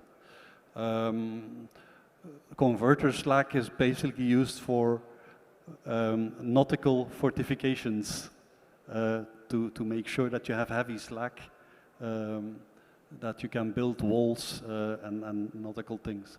So we are a producer of a lot of these things, and first, of course, what is important is that it is a waste valorization. Otherwise, it ends up in dumps, and that is certainly not what we want. We can have a lot of green road construction with it. As I told you, we have all the lime burn the burnt lime, sorry, you can replace is coming at the CO2 and a greener alternative. It can be used for urban and rural roads, but also for bigger roads. We have, of course, a cost and a security of the material, because you don't have to, you have these tonnages always there, so you can count on it. And further regulatory and standards integration will probably make sure that much more alternatives can be developed in the future, like bricks and other things that you can make out of these byproducts. It's the critical enabler for the circularity is basically a little bit, I would say, the industry's proactive uptake, the construction industry's proactive uptake of steel slag. We know that construction industries are most of the time quite conservative in their approaches. There is also good reason for that. But I think this is, and what we are seeing is that we most of the time are compelled to export the slag. So, and overseas cement manufacturers are apparently more motivated to produce low carbon cement using these industrial byproducts. So it's our job to advertise this possibility, but of course we cannot do this alone. We need stakeholders, and especially a domestic demand that can really have the circular and the decarbonization economy coming on stream. Thank you. Perfect. Thank you. So the M&S can certainly contribute to the circular economy agenda of the state. So last question of the panel to Mr. Narang, to yourself. How do you see future expansion opportunities for LNG and ancillary? You talked about some of the projects and the impact of that. So, thank you. We have seen in the presentation on Gujarat in the previous session that Gujarat has about 20% of India's coastline. And I must say, on the cost of repetition, that yes, Gujarat has been very effectively utilizing this coastline. And the first and the foremost reason for this is it has provided unparalleled conducive business platform, especially when oil and gas sector is concerned, which is my sector. And no wonder why out of 8 operating LNG terminals in the country, 4 are located in Gujarat. The other 2 reasons are it is closer to the supply sources and it is also closer to the consumption centers. Why I say consumption centers? Because natural gas, as we discussed in the first question, that it is the cleanest fossil fuel. So our country also aims to increase the contribution of natural gas in the energy basket of the country from present 6% to 15%. But in Gujarat, the contribution of natural gas is already at 26% in Gujarat's energy basket. So that's how, we are at Petronet LNG, we are also expanding the capacity of the Dahej LNG terminal from 17.5 million tons to 22.5 million tons. And this project is in advanced stage of completion. And in the next 3-4 months, I'm hopeful that we'll be able to complete this project. Presently, the Dahej occupies 8th position globally in terms of capacity. And after this expansion, it will be promoted to the 6th position. That is one. Now, linking with this expansion project, the Dahej, at Petronet Dahej, we are also constructing a unique jetty. Unique in the sense, yes, it's globally unique because besides LNG, it will be importing liquefied ethane as well as liquefied propane. Now, propane is the feedstock for our upcoming petrochemicals, where I said that we are producing 750 KTA propylene and 500, out of which 500 KTA will be converted to polypropylene. This balance 250 KTA propylene, we have already tied up with Deepak Group, who have announced an investment of about 8,500 crore in the state to produce downstream products such as phenol, acetone, isopropyl alcohol, and polycarbonate resins, etc. And I'm sure more investments are likely to be announced by the group. Our petrochemical plant itself is costing us 21,000 crore. Third jetty is costing 2,000 crore. And in last 5 years, Petronet LNG has announced projects worth rupees 25,000 crore in the state of Gujarat just to take advantage of the coastal infrastructure. And I am pleased to share with you that all these 25,000 crore FID has been obtained, and all these projects are already under execution. And some of the projects have been commissioned also. Now, coming to ethane, as I said, the third jetty will also handle ethane. Now, there are other petrochemical plants in the country which are landlocked. For example, in the northern part of the country or in the central part of the country, where ethane is used as a feedstock. Now, these industry players, they are also approaching us because of this third jetty. And if these discussions, come to fruition, then we will develop an ethane corridor in the state of Gujarat, which will attract an investment of around 5,000 to 6,000 crores as a ballpark estimate. As I said in the previous answer to the previous query, that our petrochemical plant operations will be much, much greener. So the entire hydrogen is produced as a byproduct in the petrochemical plant, will not be a gray hydrogen. Rather, it is inclined towards blue shade because of those renewable purchase power through renewables, and also 1 lakh ton saving because of coal integration. So this is also attracting many of our industry players in the hydrogen industry. who have approached us that they want to even liquefy this hydrogen and so that it can be exported to Europe and other countries. So this will also attract an investment of about 1,000 crore. So together with 25,000 crore that Petronet LNG is investing in the state of Gujarat, I foresee another direct investment of around 20 to 25,000 crore in the state of Gujarat in next 3 to 4 years. That is how we are planning to take advantage of the coastal infrastructure in Gujarat. Thank you. Thank you very much to all my panel members. I'm 7 minutes over time, but I think what you have heard today is so aligned to the 5 pillars of GMB's 2047 vision. I don't think you could get a better endorsement. So thank you very much to all my fantastic panel members for all your inputs. Thank you very much for bearing with me. And I don't know whether we have time for any Q&A or if you want to close it. Yeah, sure, please. Thank you to our distinguished panelists for their insightful and thought-provoking discussion on various opportunities in maritime sector. As we come to the end of our session, I would like to invite Shri B.B. Talavia, Chief Engineer, Gujarat Maritime Board on the stage to present mementos to our esteemed panelists as a token of gratitude.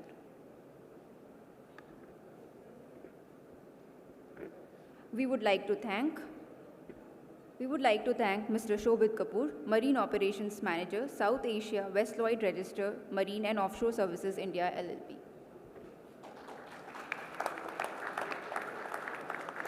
We would like to thank Mr. Pramod Narang, Director, Technical, Petronet LNG.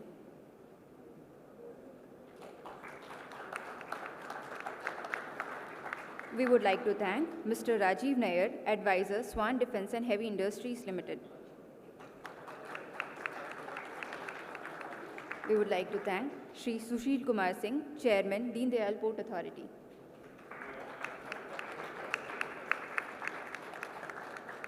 Would like to thank Mr. Wim van Gerwen, Vice President, Director of Operations, AMNS India.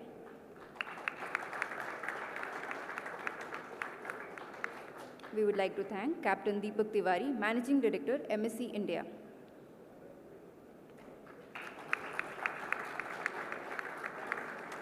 We would like to thank Mr. Morris Jensen, Senior Researcher, Port and Shipping, Erasmus University, Rotterdam. And last but not the least, we would thank Mr. Mihir Shah, Partner EY, for moderating the session.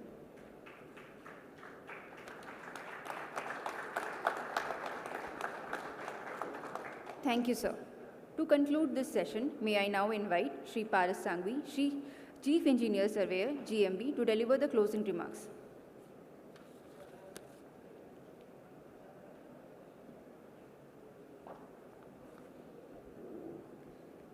Honorable sirs, all the dignitaries on dais, my colleagues, all the maritime enthusiasts who remain present for this session. We have attended in the morning inaugural session, and we have seen that a big stride is being taken up by India and its all the states, maritime states, and we can see that what are the opportunities available.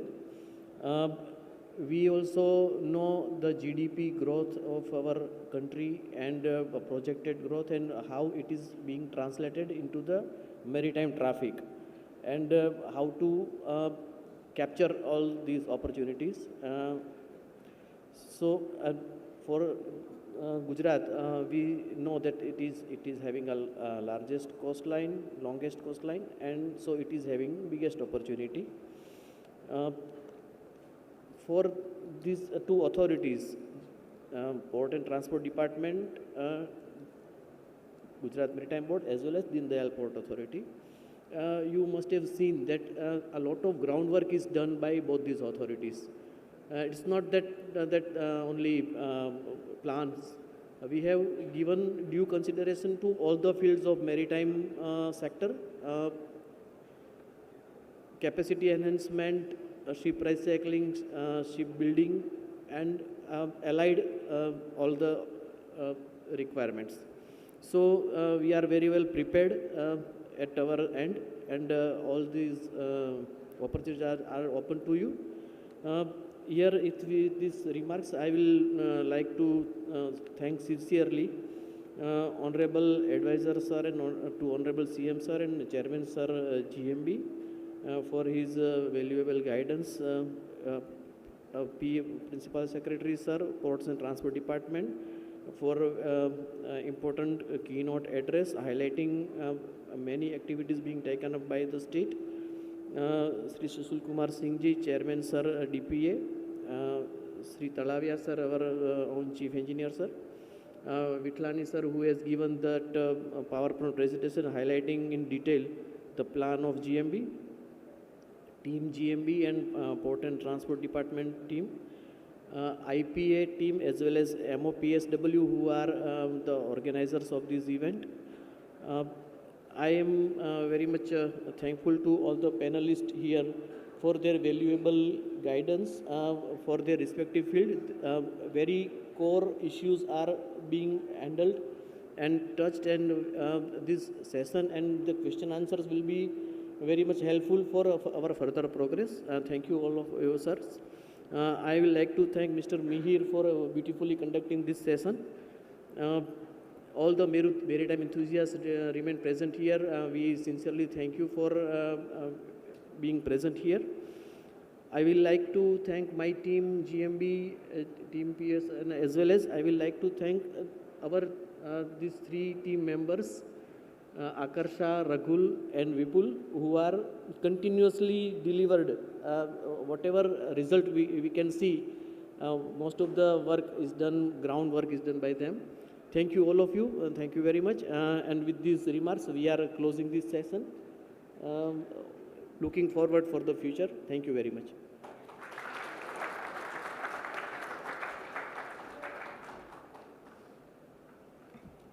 Thank you, sir, for your kind words. With this, we conclude Gujarat State session at India Maritime Week 2025. We extend our heartfelt gratitude to all dignitaries, delegates, and participants for their presence. Thank you for joining us.